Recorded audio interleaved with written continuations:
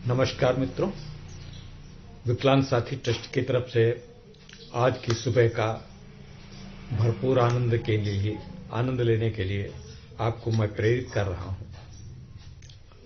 खूब खुश रहिए, खूब हमेशा मुस्कुराते रहें और आगे बढ़ने का प्रयास करते रहें।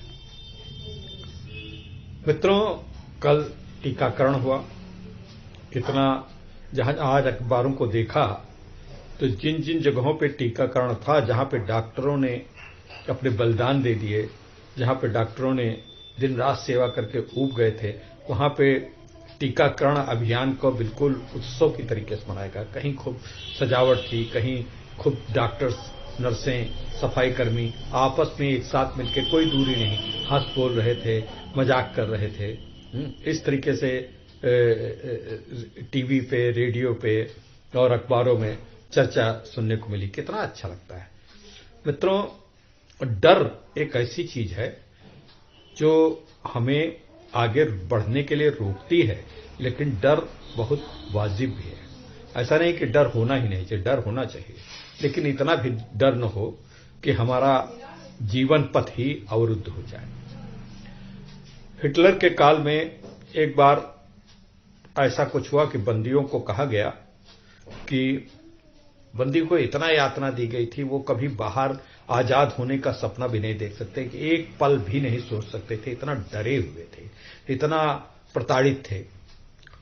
उन बंदियों को कहा गया कि जो बंदी इसमें से चाहे 10 कदम चल करके उस पार निकल जाएगा, उसको छोड़ दिया जाएगा, और जो चला और 10 कदम में बीच में डगमगा गया, उसे मार दिया जाएगा। 10 कदम कितनी बड़ी दूरी होती, बहुत छोटी सी दूरी होती। मित्रों, इतना डर उन बंदियों के अंदर व्याप्त था कि एक भी बंदी अपना पैर आगे नहीं बढ़ा सकता, सिर्फ 10 कदम चलना था। लेकिन उसी में एक ज़ोविर फरकोस बंदी था। ज़ोविर फरकोस ने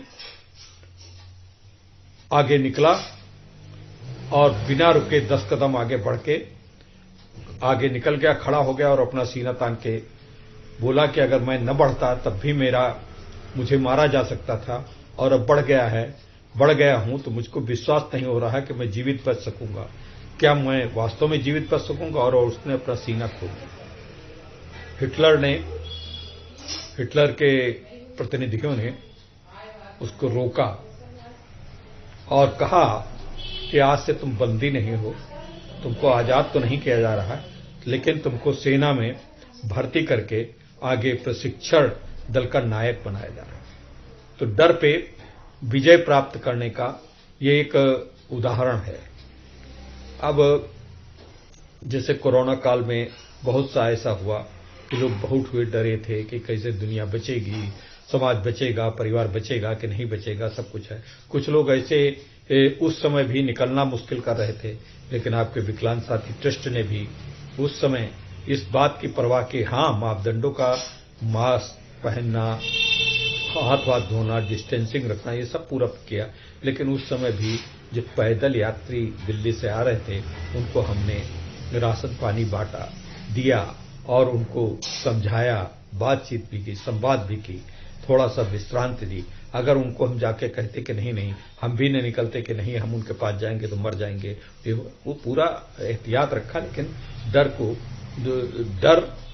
डरना बहुत जरूरी था कि हम अगर एहतियात नहीं बरतेंगे तो हमें जीवन का नुकसान हो सकता है। तो वो डर तो आवश्यक था, लेकिन अब इतना डर कि हम किसी की मदद भी न करें, किसी के आगे न बढ़ें, ये थोड़ा उचित नहीं था।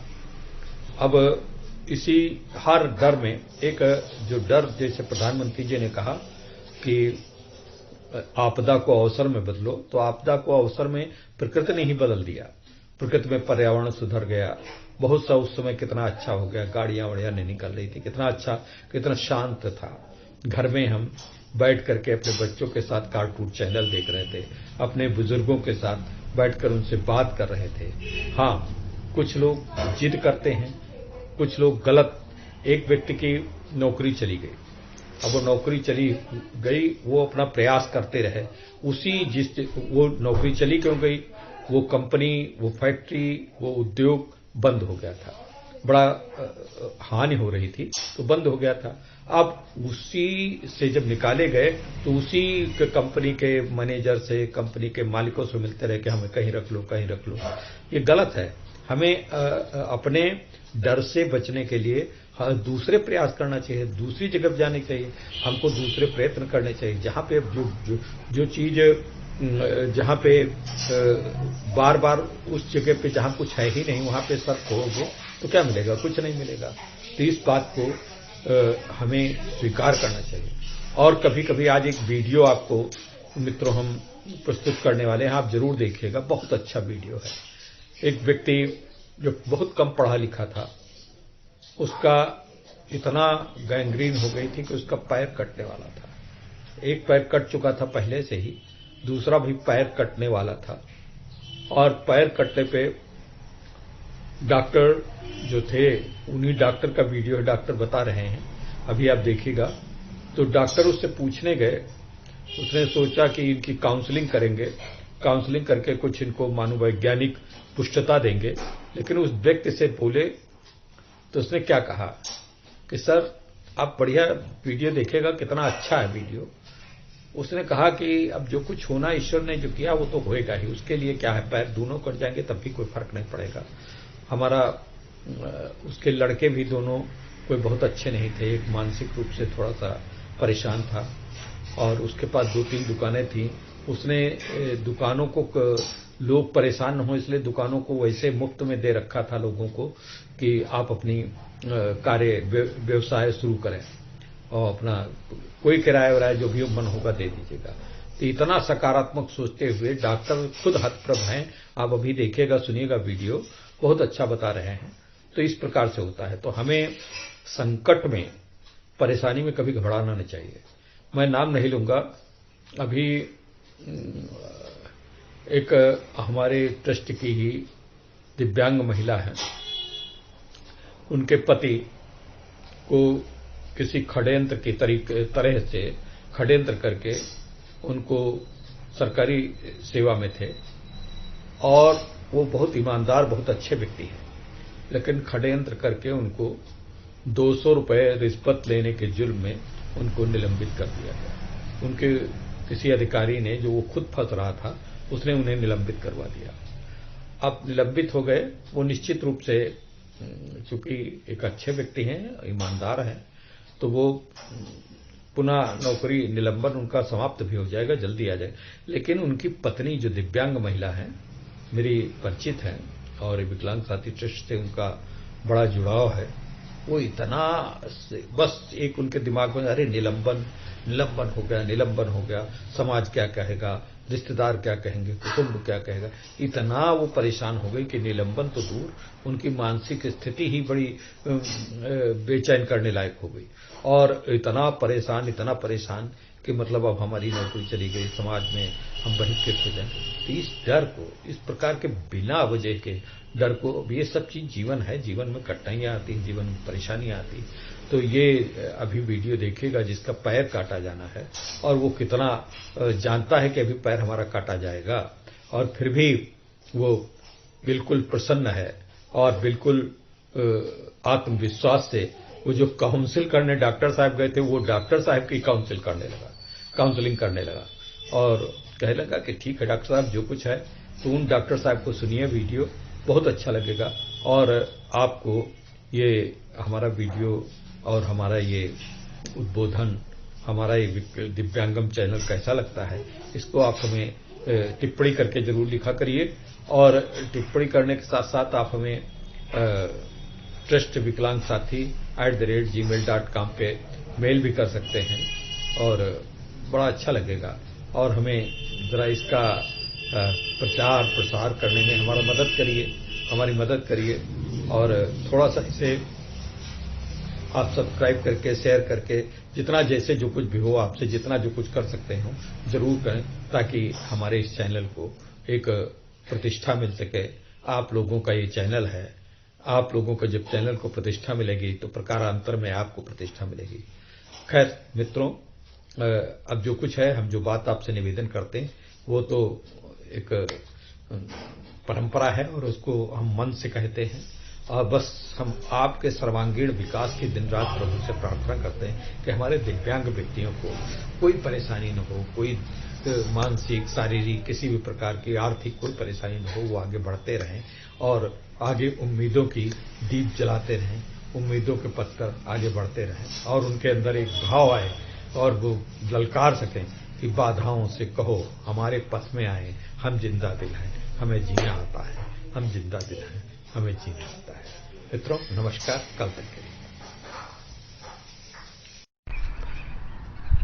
मुझसे एक शख्स ने पूछा कि ये बताएं कि वलीउल्लाह कौन होता है, यानी वली का मतलब दोस्त, अल्लाह का दोस्त। तो यूं तो कुरान में आयत है जिसमें वली की डेफिनेशन है और बहुत से और तरीकों से बताया जाता है। मुझे एक अपना एक पेशेंट याद आया जो कि पिछले दिनों मेरे पास आया। उनको शुगर थी और शुगर की वजह से उनका पैर का जख्म खराब हुआ और उनकी एक टांग जो है वो काटनी पड़ी। तो ये पहले से कटी हुई थी। अब वो दोबारा आए जिसमें शुगर के अलावा उनको खून की शरियानों की एक बीमारी हुई जिसमें खून का एक लोथड़ा आके टांग की शरियान के अंदर फंस जाता है और जिसकी वजह से उनका पैर काला होना शुरू हो गया और ये फैसला हुआ कि ये वाली टांग भी काटनी होगी। तो वो सारा वर्कअप मेरी टीम ने किया हुआ था, मेरे जूनियर डॉक्टर्स ने, और उनको एडमिट किया हुआ था। तो मैं जब उनको विजिट करने गया तो ऑब्वियसली उन्होंने, बच्चों ने अभी उनको बताया नहीं था कि एम्पुटेशन करनी है, टांग काटनी है। तो मुझे वो काउंसलिंग भी करनी थी, तो मैं जाके उनसे तारुफ किया। वो एक 55 साल के आदमी, एक बहुत ही नफीस सी सादा खातून, उनकी बेगम साहबा साथ, और एक 3-4 साल का बच्चा साथ था। तो मैंने उनको बताया, उनसे पूछा कि भाई आपको पता है कि आपको क्या बीमारी है और ये क्या मसला है। तो एक हमारा रूल है हमेशा कि जब भी किसी को कोई बैड न्यूज़ ब्रेक करते हैं तो हम सबसे पहले मरीज से पूछते हैं कि उसको उसके बारे में क्या पता है, क्योंकि कई दफ़ा मरीज को पहले ही पता होता है। तो ये बात समझने में आसानी हो जाती है कि उसको क्या कहना है और किस अंदाज से कहना है। तो जब मैंने उनसे कहा तो कहने लगा, डॉक्टर साहब मुझे पता है, मैं पहले भी गुजर चुका हूं इसमें से, मेरा दिल करता है मैं पंजाबी में बात करूं, क्योंकि वो मुझसे पंजाबी में बात कर रहे थे तो शायद वो उस जबान के अंदर वो जो बातें उन्होंने मुझसे की वो ज्यादा उसका अच्छा इजहार हो सकता है। तो मैनू कहने लगे कि इस लत्त दा ते मैनू पता है कि एदा कट्टी गई है, तो एदा भी मैनू पता है कि शुगर की वजह नाल गल गई है, नाले मैं हथ लाना है, मैनू पता है कि कित्थों तक ठंडी है, तो ये लत्त भी कट्टनी पैनी है।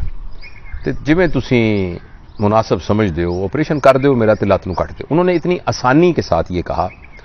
अच्छा, मैंने उनके साथ और रेपो बनने के लिए मैंने उनको पूछा कि आप क्या करते हैं, और वो कहते हैं बस डॉक्टर साहब मेरी चक्की है, 2 चक्कियां हैं मेरियां, तो वो चक्कियां मुलाजम काम कर दे। चक्की अगर आप नहीं समझते तो इट्स वो आटा पीसने वाली जो मशीन है उसे चक्की कहते हैं पंजाबी में।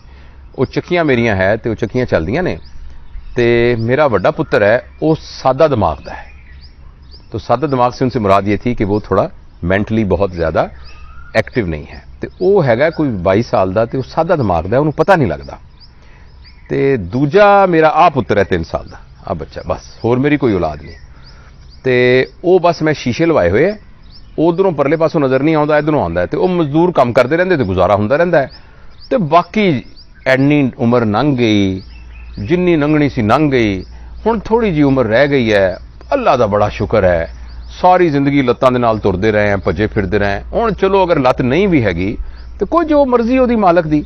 ये उन्होंने इतनी आसानी से कह दिया। मैं ये सोचता हूं कि किसी की एक छोटी सी उंगली भी काटनी पड़े तो वो कितने मुश्किल से इजाजत देगा, तो लेकिन वो इतने सहूलत के साथ उन्होंने ये कह दिया कि जो अल्लाह की मर्जी, बस उन्होंने जो फैसला जो कर लिया भी लत्त नहीं होनी, तो कोई गल नहीं, फिर की कोई गल नहीं, बस ठीक है, इन्नी जिंदगी लत्तां दे नाल ही भजदे रहे हैं। तो बाकी मैनू किसी ने दस्या मसनूई लत्त भी लग जाती है, लग गई तो ठीक, नहीं लग गई। अच्छा, उसके बाद मेरा उनके साथ एक अच्छा डेवलप, मैं कहा बड़े अच्छे आदमी है फलाना।